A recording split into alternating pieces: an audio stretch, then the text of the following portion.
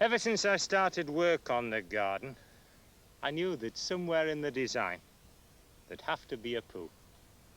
There's no question that the mirror effect of a placid sheet of water induces just the mood of quiet reflection that you need to enjoy the garden to its full. And I decided that this was the best corner because I wanted it to be part of the landscape but not to intrude on it. I wanted to blend in with the rest of the design. So I decided it by cupping it in limestone rockwork and then planting those. That would make it part of the garden, and yet you'd come on it suddenly when you're walking round. Certainly it's the biggest time waster in the garden because I find myself just standing and looking at the reflections painted on the surface of the water. It's the greatest relaxer after a hard day's work. Without any doubt, it's been well worth all the effort I put into building it.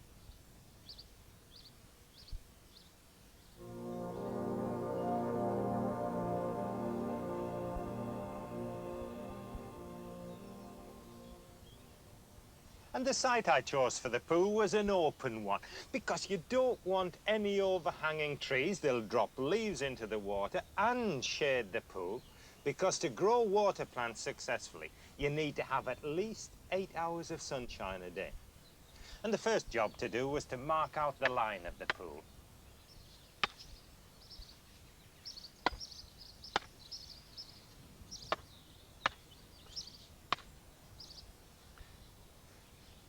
And that's it. It's a big pool, about 16 feet by 9 or thereabouts. But I think it needs to be that big because otherwise the proportions would be entirely wrong. And what I'm going to do now is to take the turf off so that I can see the overall shape. And I start by nicking round all the stakes. There's no need to go too deep, just cut through the turf mat. And then you cross-patch it. That's cut out a patchwork out of the area so that when I come to lift the turfs, it'll make life a little bit easier.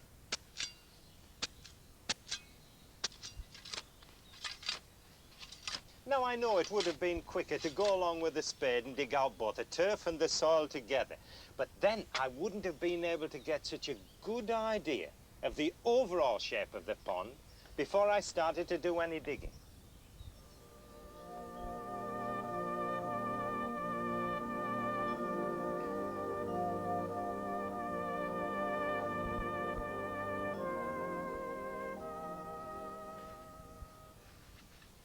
You might start digging a pond in bright sunshine and shirt sleeves, but there's no guarantee that you'll finish it.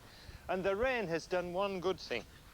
It hasn't stopped me working, which is fine, but it's softened the soil as well. It was very hard, very dry. And now it's made digging that little bit easier. It's one point I was taught when I first started gardening about digging. And it's like eating a good meal. If you bite too much, you choke yourself. And this applies to digging too.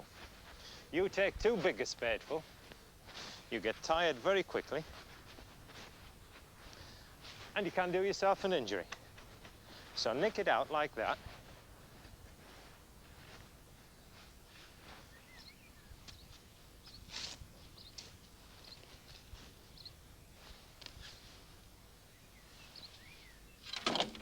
I'm wanting a 10-inch depth around the edge, which is just about that spade graft.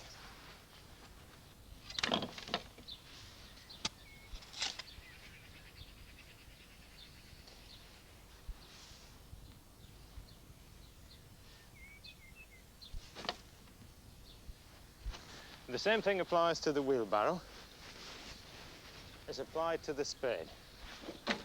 Don't put too much on, and if you're barrowing across the lawn as I am, then put some planks down, because I don't care how clever you are, you can never repair a damaged lawn as neatly as it was in the first place before you damaged it.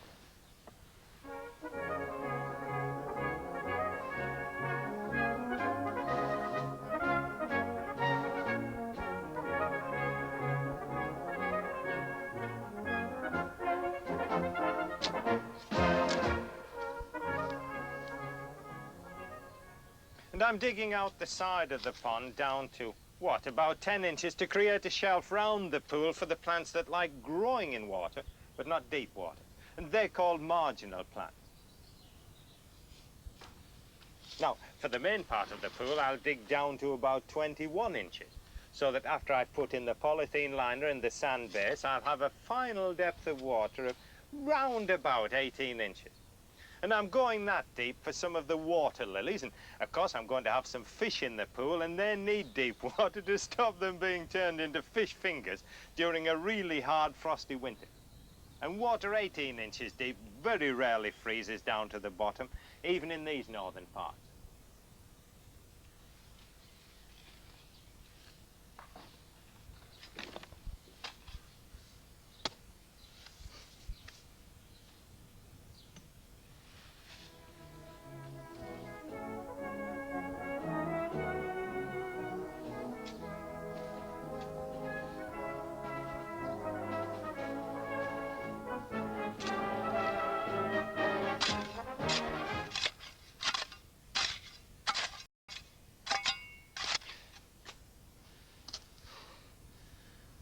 And that's the main part of the excavation. It's done the really hard work, and it's vitally important to crumb out, to take all the loose particles of soil out, because there might be a stone, like that one there, for example, and if that pushes up through the polythene and breaks it, then you've wasted all your effort, because the water will run out and you'll be left with a nasty puddle.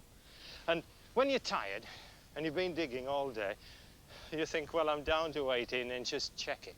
Just make absolutely certain, because the eye can deceive. And all you do is lay a plank over the pool like that, and this is where the marginals are going, and that's my foot mark. So I'm round about 9 inches. Fine, the plants won't mind if it's an inch shallower or an inch deeper, and I'm not going to plant all the way around. And this is the important bit, where all the hard work went in. And that's the 2-foot mark. So I'm down around 21 inches, and that gives me room for the sand and then the lining. Now, all I need now is a layer of sand to take any indentation out, and then the liner into it, and then the water. And knowing our climate, I don't think we'll be very short of water. Satisfaction when you've completed a feature like this, and you know how good it's going to look, makes the tiredness go. The next thing is to line the pool with soft sand, just to provide a support for the liner. And be sure to use a fine sand with no grit in it.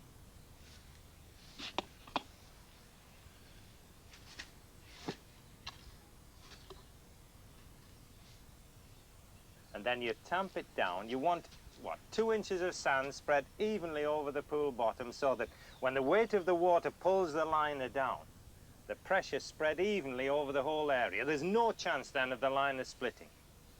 And you only want about 1 inch of sand on the shelf and the sides, because near the edge the pressure of water is very much less.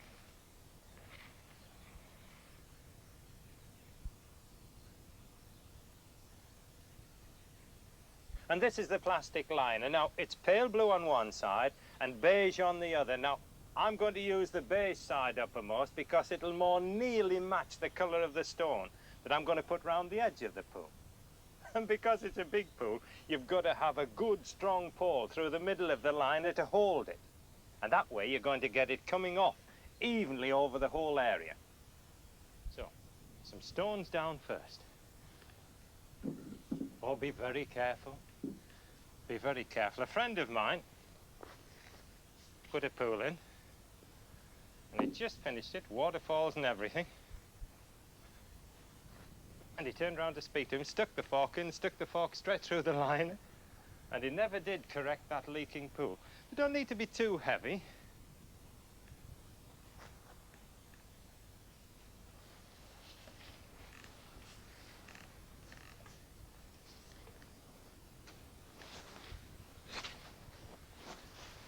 That's coming.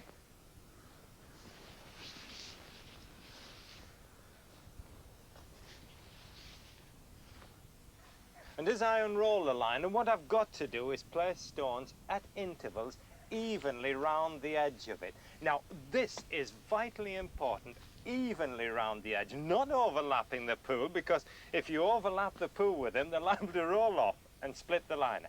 Do remember, it's plastic, and anything you could do that's wrong could split it.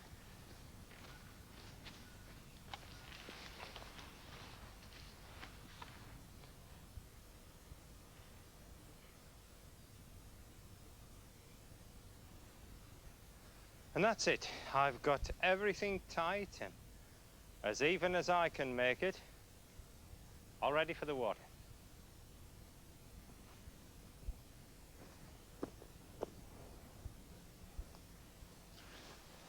And the one thing I've got to remember all the time this pool is filling is to keep the tension on the stones, but to keep moving the stones, because the line is going to stretch down into the bottom of the pool, and if I don't move those stones, it's going to pull out from underneath them. So, while I'm watching the water, I'm watching the stones as well. And that way we should get it right.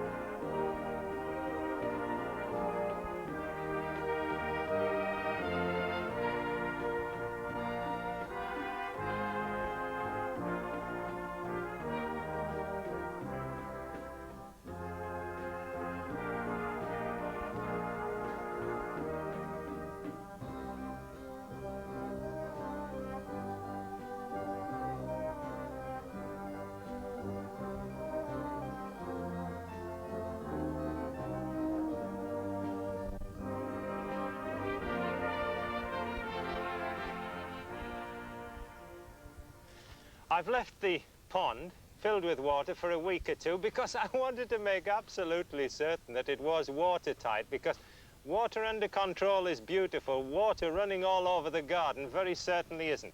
But obviously it's intact, and we've got too much liner, far too much. And what I want to do is find the edge of the pond and then cut back about 6 inches just to give me a little bit of security, because when I put the stones in, it could dip the edge a little bit and let the water out. That, by my measure, is 6 inches. So 6 inches back from the pond, I want to be cutting there. And hopefully my knife is sharp enough to take it. Be very careful about this, because having got the liner in, you don't want to nick a big hole in it. Just keep checking the edge of the pool all the way by putting your hand down, taking care to move your finger each time when you get to it, because fingers are hard to replace as well. That's about right. Hand span. And that lining edge there, we'll just tuck under the stones. I want to completely hide the edge of the pool. I want to make it look, when the liner has weathered, as if it was a natural pool in a natural setting. Just take your time. And there, a stone will come out there, so I'm going to leave that intact, because symmetry is something I don't want in an informal pool. Then start again over here, 6 inches back from the edge. Cut all the way around.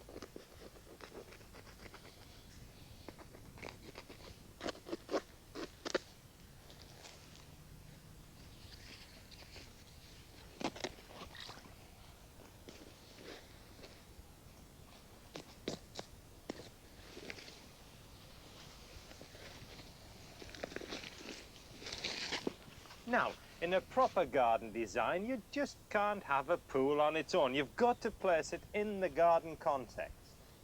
So to do that, I'm taking more of the lawn away from the edge of the pool to give me room to create the natural setting.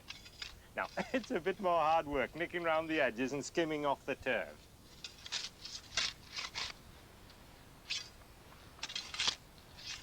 Because I'm in limestone country, I'm going to create an outcrop of limestone rock so that the pool will be informal and in keeping with the overall garden design. There's no way I can lift a stone as heavy as that into a wheelbarrow. There's no way two people could lift it. But by using the wheelbarrow as a fulcrum, you can get it in. Wear gloves. Always when you're handling stone, because you can take the skin off your fingers, you can trap your fingers. All very painful. Just take the barrow. Tip it up like that. And then heave the stone, trapping the edge of the stone in the barrow. And round the other side, the weight is almost lifting it there.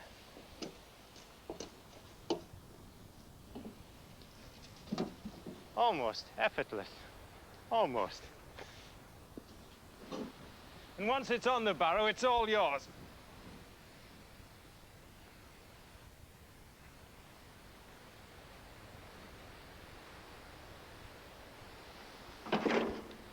It's a lot easier to take off than it was to get on. Just tip it off and then turn it over, and that's obviously what it's going to sit on. Look at it. Lovely weathered lines in the rock. I want to see those. So that's the way it goes in. I've got a face I can pick up there and another one I can pick up there. I want the rock to be going back into the bank so it looks as though it's growing out of the soil and not tumbling off it. Dip it up, prop it up against my leg, and you can tell by the lie of the land more or less how much wants to come out. This is the very reason I don't dig the soil over before I start, because handling stone on loose soil is a bit of a problem.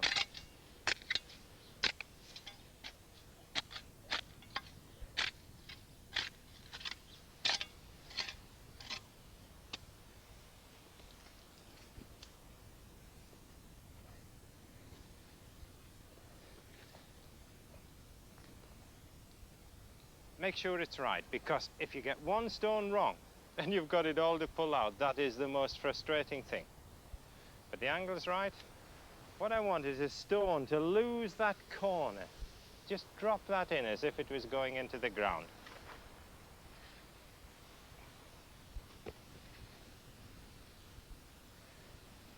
It's what I call a fit.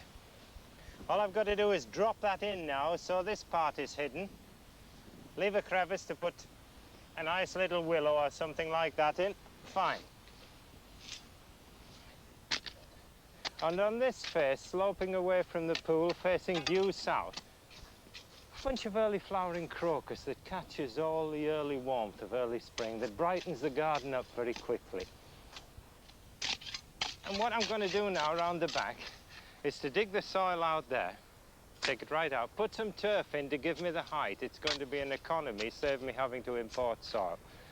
And then I can start to build up and hide the edge of the pool with stones.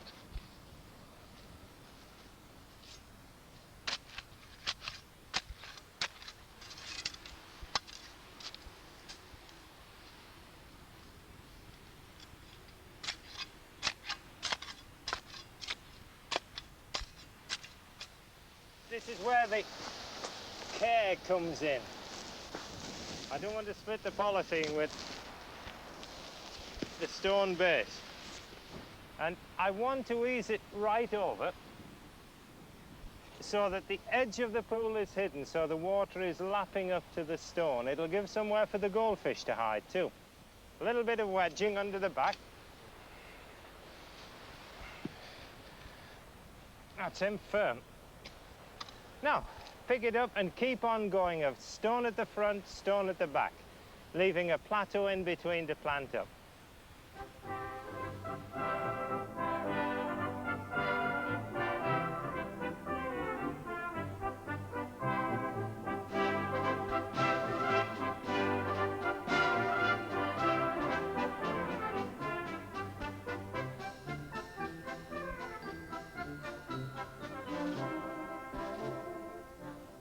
always step back and have a look at the stone. If you're working close to it all the time, you can go wrong and not realize you've gone wrong with the line of the stone. But what I've tried to do is twist those stones so that it doesn't look as if I'd merely edged a pool with stone. I've given it a rock defile look.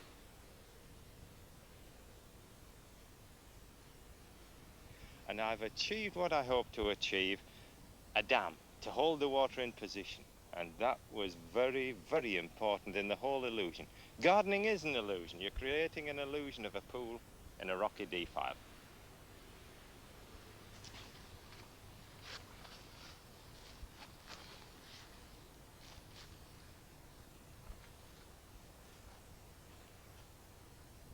To make it look natural, especially around the edge of the pool, make sure the strata lines in all the stones run in the same direction.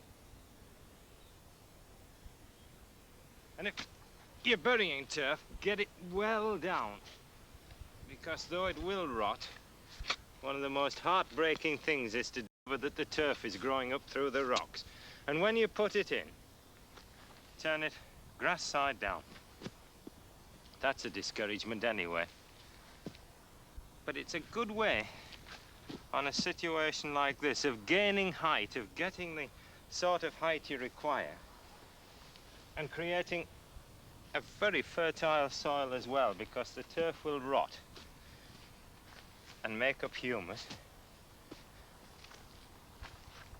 And the humus is just what moisture-loving plants need. Not too full, because if you get it too close to the surface, then it certainly will grow through. And then cover it up.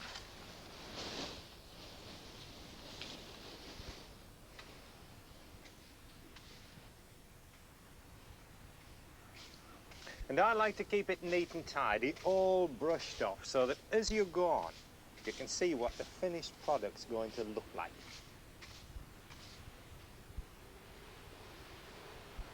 Well, that'll do. It satisfies me anyway. I might do better the next time, because I've learned a lot from doing the pool and doing the construction work, and that's the only way in gardening.